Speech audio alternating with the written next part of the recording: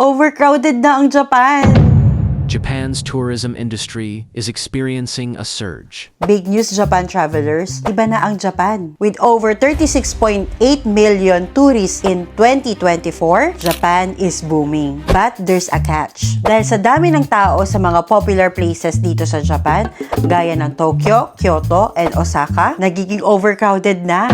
Sa Kyoto, new restriction sa Gion District. No more photobombing the geishas. At bawal na mag-tour ng basta-basta. At isa sa mga bayan near Mount Fuji, block na rin ang isa sa mga sikat na viewing spot. Dahil sa weaker yen at napaka-affordable na mag-Japan ngayon, pero inaasahan pa rin ng Japan na 60 million tourists by 2030. Kaya naman, the government is stepping up. Magkakaroon ng increase ang tourist tax soon para ma-improve ang infrastructure. Siyempre, marami ring mga residente ang nag-voice out. They want their precious space back. But don't fret, Japan has a game plan. They are shifting their focus. Mas gusto nila ngayon ang quality experiences over quantity. Talaga naman, 'di ba?